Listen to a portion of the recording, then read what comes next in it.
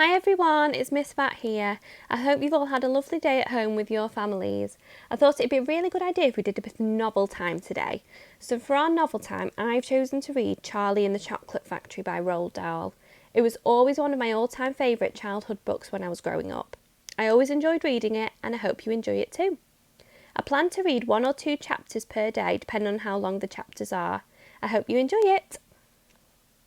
So in this story, we have 5 different children. We've got Augustus Gloop, who's a greedy boy, Veruca Salt, a girl who is spoiled by her parents, Violet Beauregard, a girl who chews gum all day long, Mike TV, a boy who does nothing but watch television, and Charlie Bucket, the hero. Chapter 1, Here Comes Charlie. These 2 very old people are the father and mother of Mr. Bucket. Their names are Grandpa Joe and Grandma Josephine. And these 2 very old people are the father and mother of Mrs. Bucket. Their names are Grandpa George and Grandma Georgina. This is Mr. Bucket. This is Mrs. Bucket. Mr. and Mrs. Bucket have a small boy whose name is Charlie Bucket. This is Charlie. How do you do? How do you do? And how do you do again? He's pleased to meet you. The whole of this family, the 6 grown-ups, count them, and little Charlie Bucket, lived together in a small wooden house on the edge of a great town. The house wasn't nearly large enough for so many people, and life was extremely uncomfortable for them all. There were only 2 rooms in the place altogether, and there was only 1 bed. The bed was given to the 4 old grandparents because they were so old and tired. They were so tired, they never got out of it. Grandpa Joe and Grandma Josephine on this side, Grandpa George and Grandma Georgina on this side.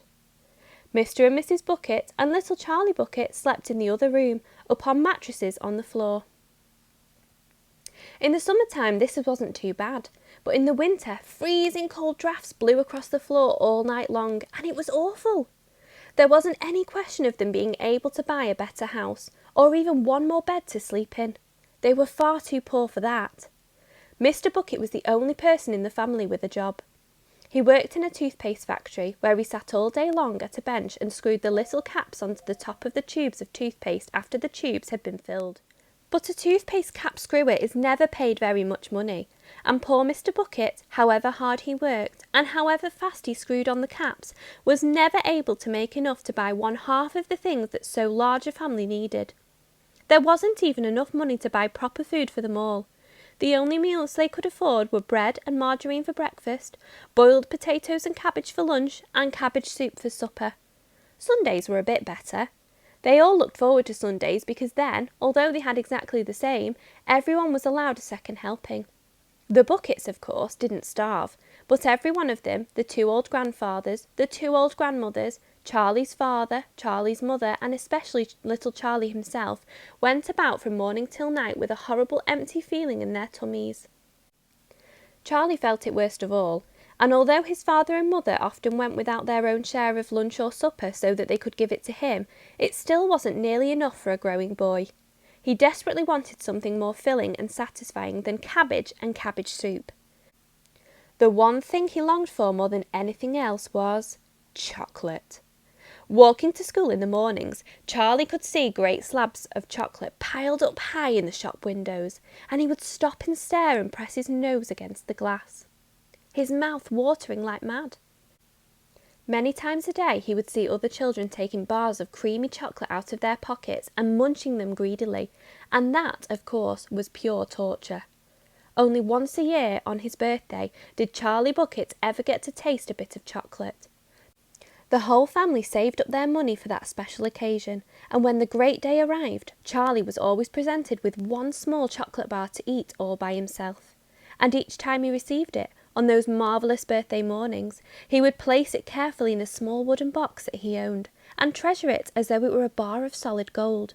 And for the next few days, he would allow himself only to look at it, but never touch it.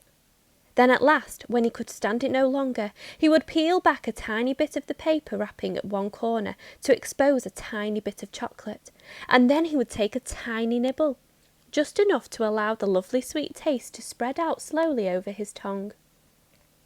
The next day he would take another tiny nibble, and so on, and so on. And in this way, Charlie would make his sixpenny bar of birthday chocolate last him for more than a month. But I haven't yet told you about the one awful thing that tortured little Charlie, the lover of chocolate more than anything else. This thing, for him, was far, far worse than seeing slabs of chocolate in the shop windows or watching other children munching bars of creamy chocolate right in front of him. It was the most terrible, torturing thing you could imagine. And it was this. In the town itself, actually within sight of the house in which Charlie lived, there was an enormous chocolate factory. Just imagine that! And it wasn't simply an ordinary enormous chocolate factory either. It was the largest and most famous in the whole world. It was Wonka's factory, owned by a man called Mr. Willy Wonka, the greatest inventor and maker of chocolates that there has ever been. And what a tremendous, marvellous place it was. It had huge iron gates leading into it, and a high wall surrounding it, and smoke belching from its chimney, and strange whizzing sounds coming from deep inside it.